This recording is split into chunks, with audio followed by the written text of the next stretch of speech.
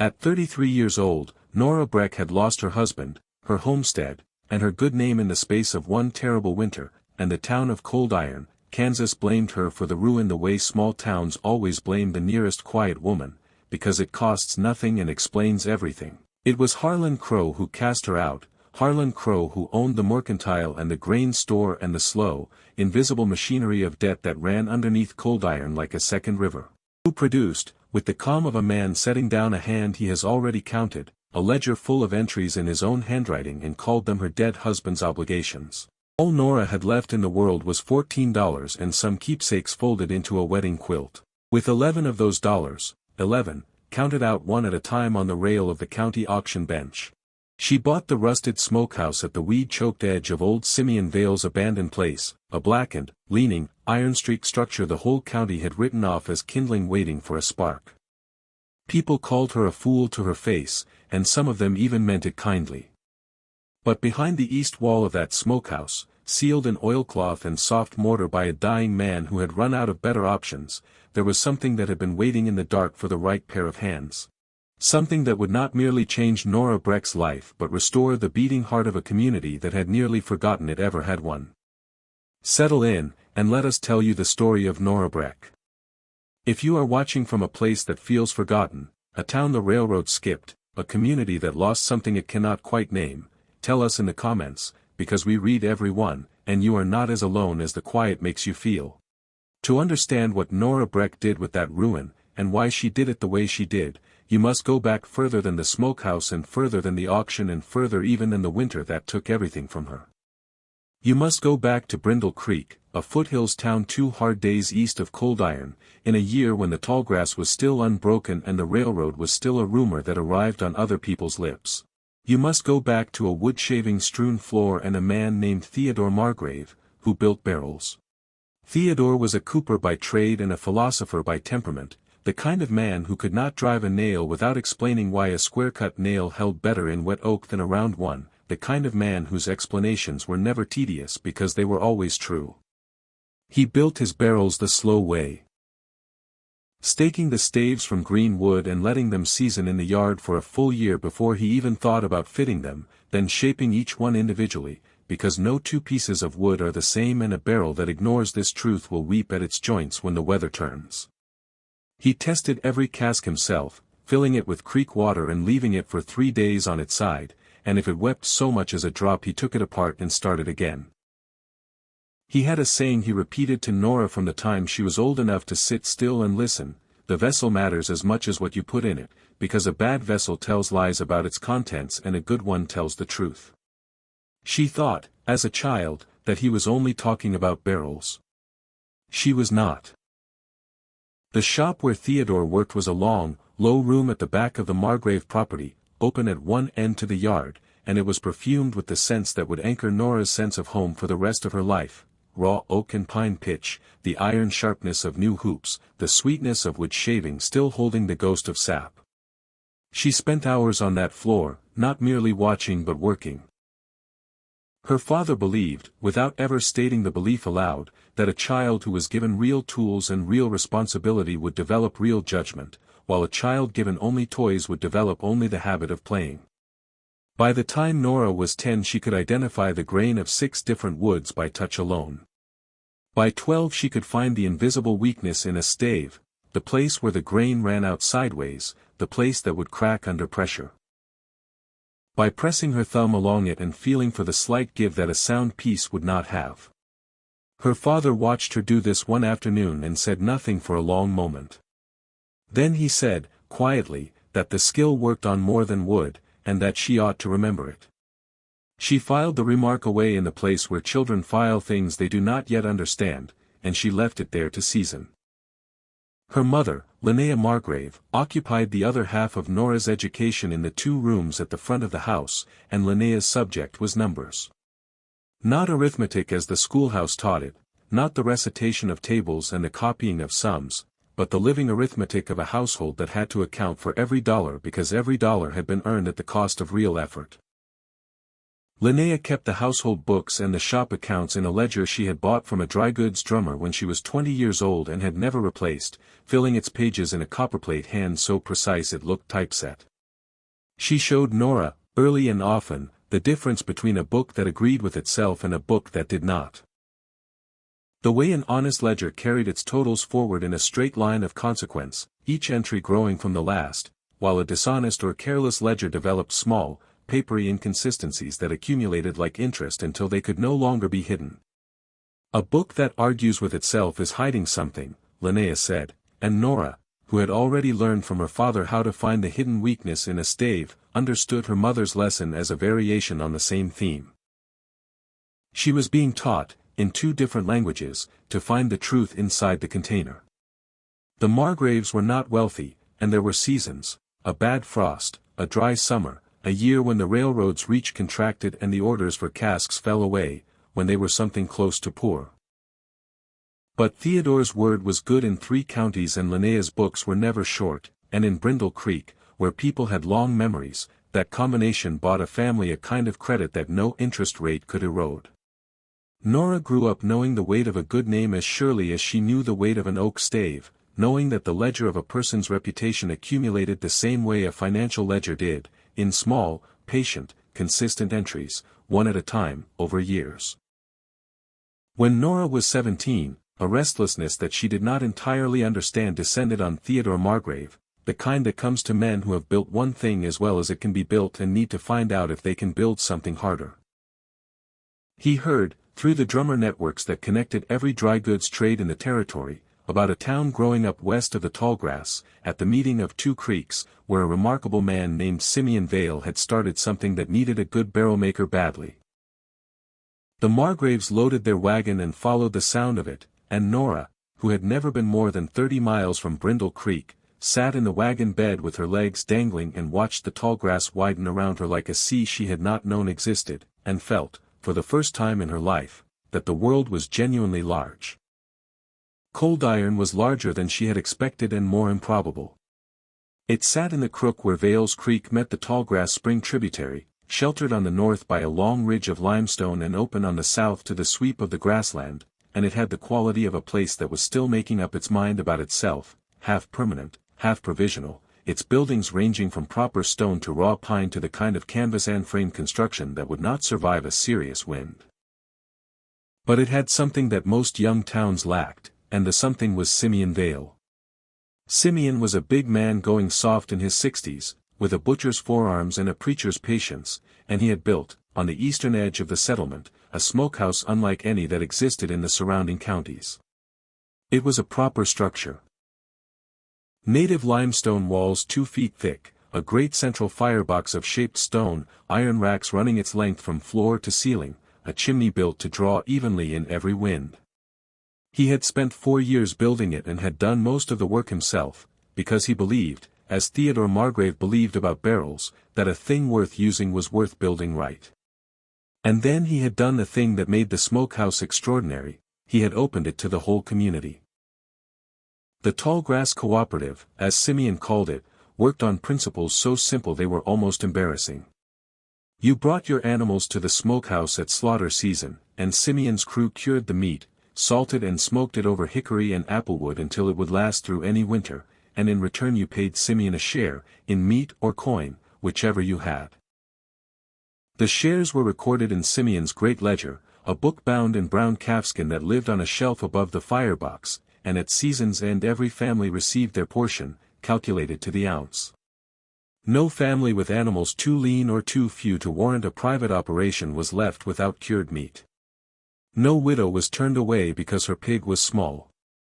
No newcomer was excluded because he had not yet built his own smokehouse. The cooperative was, in the most literal sense, the reason Coldiron's families did not go hungry in February, and because of this, its smokehouse was the most beloved building in the territory, more beloved than the church, if people were honest, because the church saved souls but the smokehouse saved lives. Theodore Margrave built the barrels that held the cooperative's salt and the rendered tallow, and in that work Nora came to know Simeon Vale's smokehouse from the inside out.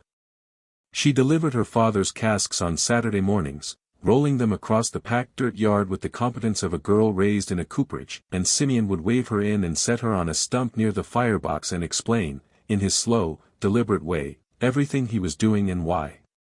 He showed her the ledger. He showed her how the water rights to the Tallgrass spring were recorded, not in his name, not in any single man's name, but in trust for the membership, a legal arrangement he had gone all the way to the territorial capital to establish properly, paying a lawyer $20 he could ill afford. He was proud of this, not in a boastful way but in the way a man is proud of a joint that fits perfectly or a barrel that does not weep. Proud because he had done it correctly, because he had closed the gap that a lesser man would have left open. So long as the books are true and the deed is clean, no one man can take this from the town, he told Nora once, resting his heavy hand on the ledger as if he were swearing an oath on it. She was 18 and full of the certainty that things built properly stay built, and she nodded with the confidence of someone who has not yet learned how much effort dishonesty is willing to expend. It was in Simeon's orbit, in the smoky warmth of those Saturday mornings, that Nora first met Elias Breck properly, though she had seen him around the town before. He was a young farrier, not tall but strongly built, with the quiet attentiveness of a man who listens before he speaks and the unhurried laugh of a man who finds things genuinely funny rather than merely polite. He had been brought to Coldiron by an uncle and had stayed because the town needed his skill and because the town, in those years, was the kind of place worth staying in.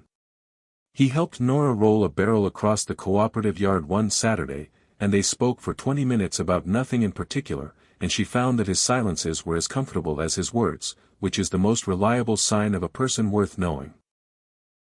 They married the following spring, in the cooperative's yard, with hickory smoke drifting over the ceremony like a blessing, and Simeon signed their marriage paper as witness, pressing the pen into the page with the deliberate care of a man who treats his signature as a promise. For nearly 4 years, Nora's life held a shape she had not dared to expect, not lavish, never lavish, but solid, the way a well-made barrel is solid, everything fitted, nothing wasted, the whole holding what it was designed to hold. She and Elias leased a small plot at the west edge of town, kept a kitchen garden and 2 goats named Thistle and Rue, and spent their evenings at the kitchen table the way her parents had spent theirs. Elias mending leather in lamplight, Nora keeping the household accounts in a book she maintained with her mother's copperplate precision. She continued her Saturday deliveries to the cooperative and continued, in those conversations with Simeon, to deepen her understanding of how the enterprise was run. He began, in those years, to teach her the accounts directly, letting her make entries in the great ledger under his supervision, correcting her additions not with impatience but with the careful attention of a man who is quietly preparing someone for a responsibility he has not yet named aloud. She did not know she was being trained for succession. She thought she was only being helpful. There was one grief in those years, one place where the vessel cracked and was mended and did not quite hold the same as before, the child she and Elias had expected in their second year, the one that did not come, the small loss that lodged itself somewhere below her ribs and stayed. She carried it quietly, the way women in hard country learn to carry the losses that have no name in the official record, and she and Elias spoke of it between themselves in the plain, tender language of people who have decided that the grief does not get to be the whole of the story. The garden grew. The goats gave milk. The evenings continued. And the cooperative ran, and the town was fed, and Nora Breck, whose mother had taught her to keep honest books and whose father had taught her to find the hidden weakness in a thing, went on accumulating the patient entries that a good life is made of, one ordinary day at a time. Then the subtraction began. And subtraction, in a hard country, is rarely dramatic. It is almost always slow.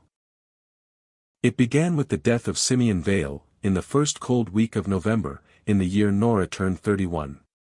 He was found at dawn on the floor of his smokehouse by the boy who came each morning to bank the fires, lying near the firebox with his hands folded on his chest as if he had lain down there deliberately, the great ledger open beside him, the last entries made in a handwriting that trembled where it had always been steady. The town buried him on the limestone ridge above the creeks, on a Thursday when the sky was the pale, erasable blue of late autumn, and said everything that ought to be said about a man who had spent 30 years making sure other people had enough to eat. The words were generous and accurate and, as it turned out, insufficient. Because before the earth of his grave had settled, before the first frost had come down from the ridge, Harlan Crowe began to move. Crowe had been in Coldiron for 12 years, and in that time he had constructed, with the patience and the system of a man who has decided on an outcome and is simply working backward from it, an architecture of obligation. He had arrived with a wagon of dry goods and a gift for arriving at moments of need. A family's bad harvest, a rancher's broken axle, a merchant's failed shipment, and offering credit at terms that seemed generous until the interest compounded, and then seemed generous still, because Crowe was careful never to call in a debt all at once. He let the obligation accumulate, let the gratitude deepen, let the man on the other side of the ledger grow comfortable with the idea that he owed Crowe and that Crowe was patient, and only then, when the obligation was old enough to feel natural, did he begin to convert it into the softer currency of influence. By the time Simeon died, Crowe held notes on the livery, the grain store, 2 of the 3 ranches north of the creek, and the signatures of more men in Coldiron than Nora could count. He spoke softly at all times, even when what he said was a threat, which made the threats difficult to characterize and easy to deny. Within a week of Simeon's funeral, the cooperative's true ledger could not be found. It was not on its shelf above the firebox. It was not among Simeon's effects, catalogued by the county clerk. The deed to the Tallgrass Spring and the cooperative pasture, which Simeon had told Nora was filed at the territorial capital, was found to be missing from the capital's records, a clerical error, said the clerk who handled such filings, though he said it with the eyes of a man who knows an explanation is not the same as the truth. And in the absence of those 2 documents, the 2 things that gave the cooperative its legal foundation and its financial record, there was only a vacuum. And Crowe, as naturally as water finding the low place, filled it. He produced his deed with a patience that suggested he had been holding it ready for some time. It was a deed to the Tallgrass Spring and the cooperative pasture, properly formatted on county paper, bearing a recorder's stamp that had been there long enough to look weathered, and a mark in the space for Simeon Vale's signature that resembled Simeon's hand the way a good forgery resembles the truth. Close enough to convince, different enough to unsettle, if you knew what you were looking at. Crowe filed it calmly, in a county office staffed by a man who owed Crowe $400, and the filing was recorded, and the recording was final, and the spring and the pasture became, on paper, Harlan Crowe's property. What he did with them then was the quiet, methodical work of a man who has planned the next 5 steps. He dissolved the cooperative by shutting the smokehouse, chaining its great door, dismissing the seasonal workers, letting the fires go cold. He raised the grazing fees on the cooperative pasture to a rate the small ranchers could not sustain, and then he raised them again. Those who could sell their herds sold them, mostly to Crowe, at the price he named. Those who could not sell walked away from their fences and let the grass grow over them. The town thinned. The smokehouse, dark and chained, developed a skin of rust on its iron hardware that deepened with every rain, and people walked past it as they walked past a place where something was lost, quickly, with their eyes averted, in the way that grief hardens into habit. Nora watched all of this happen and felt it the way you feel a wrong you cannot prove, which is to say with a frustration that had no clean outlet. She had known Simeon's ledger. She had made entries in it. She knew, with the certainty of a woman trained to read the truth inside a container, that Crowe's deed was a forgery. She had seen the way Simeon signed his name, the distinctive backward lean of his capital S, the way he closed his V with a small, almost invisible hook, and what was on Crowe's document had neither the lean nor the hook.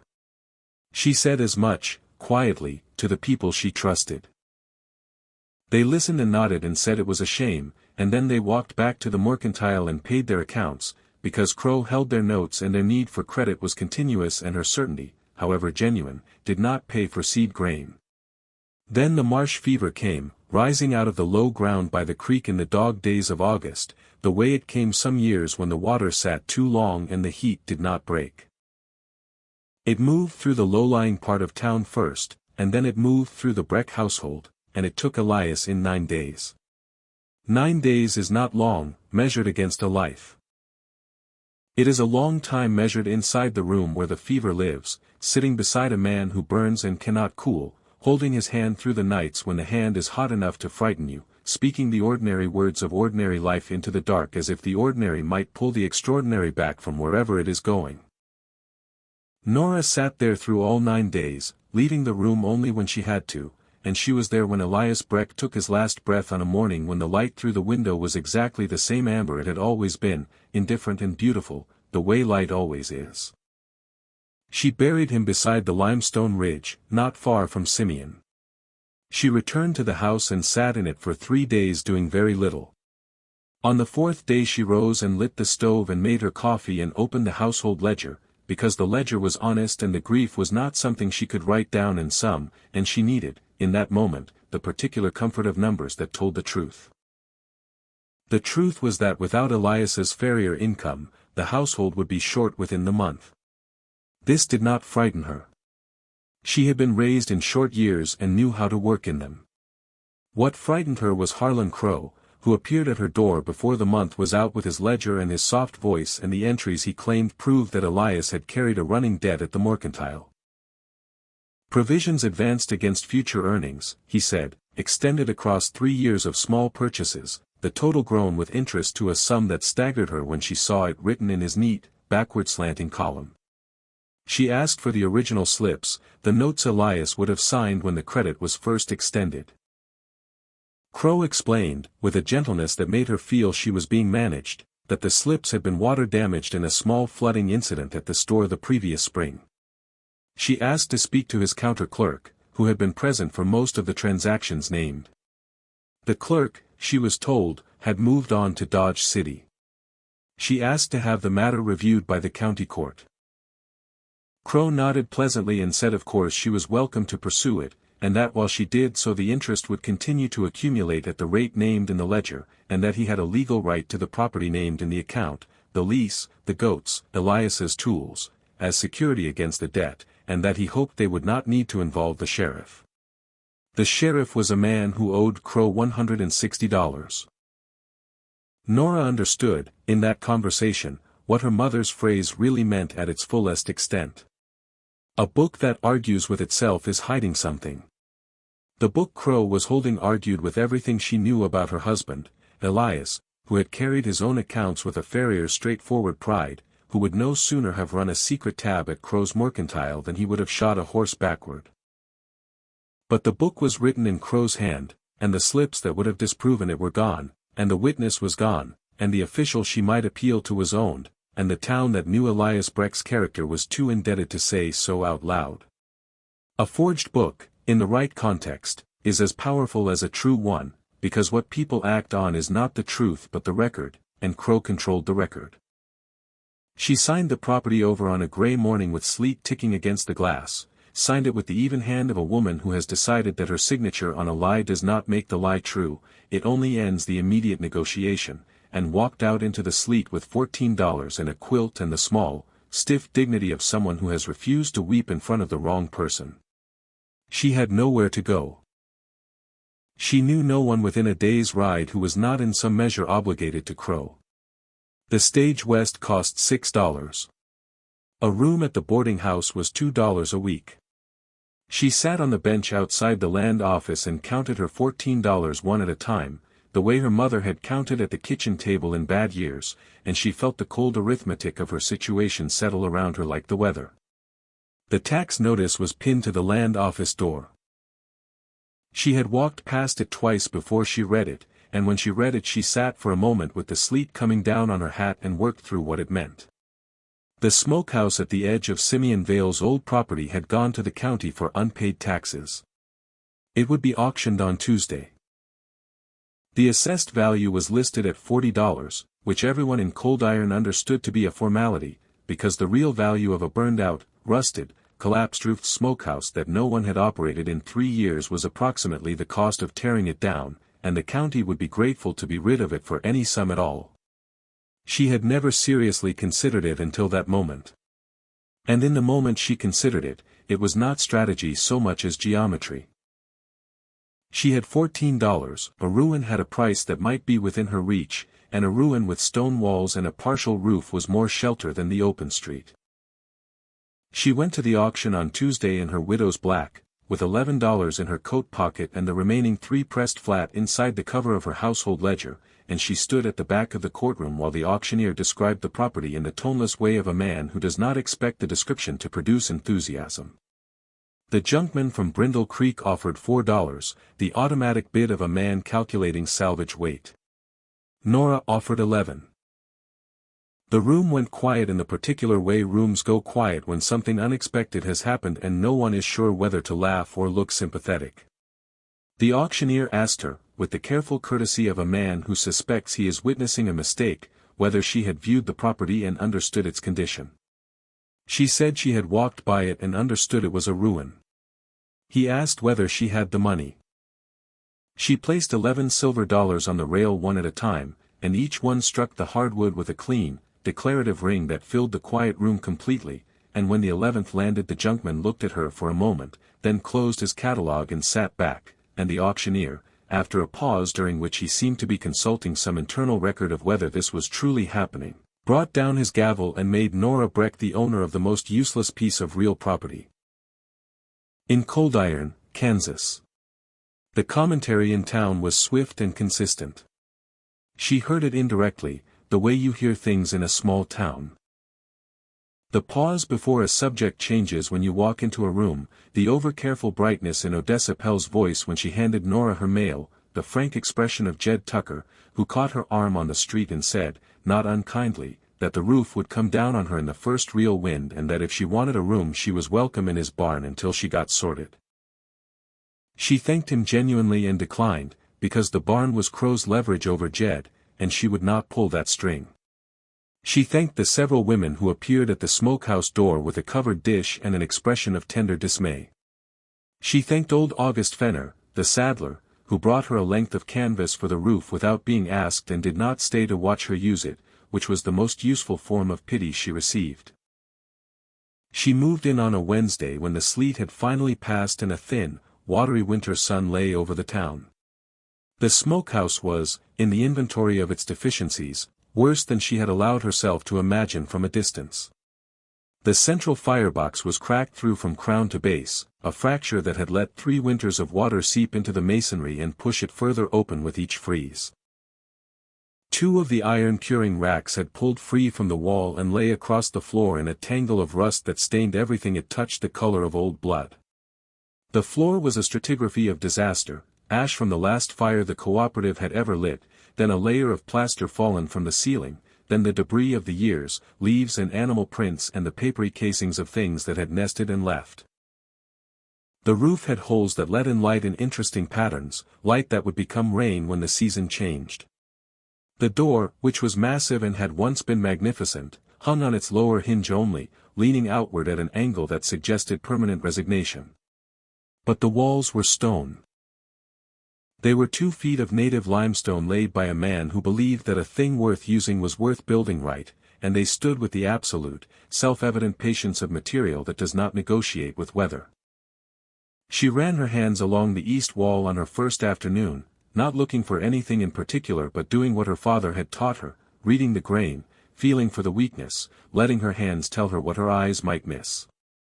The lower courses were smooth and cold, the mortar between them old and iron-hard, compressed by decades of freeze and thaw into something approaching permanence. She tapped along the wall with her knuckles in the methodical way of a woman who is making a thorough accounting, and every stone returned the same dense, grounded note, the sound of mass speaking for itself. Until one did not. She stopped. She tapped again, there, in the lower east quadrant about 3 feet from the floor.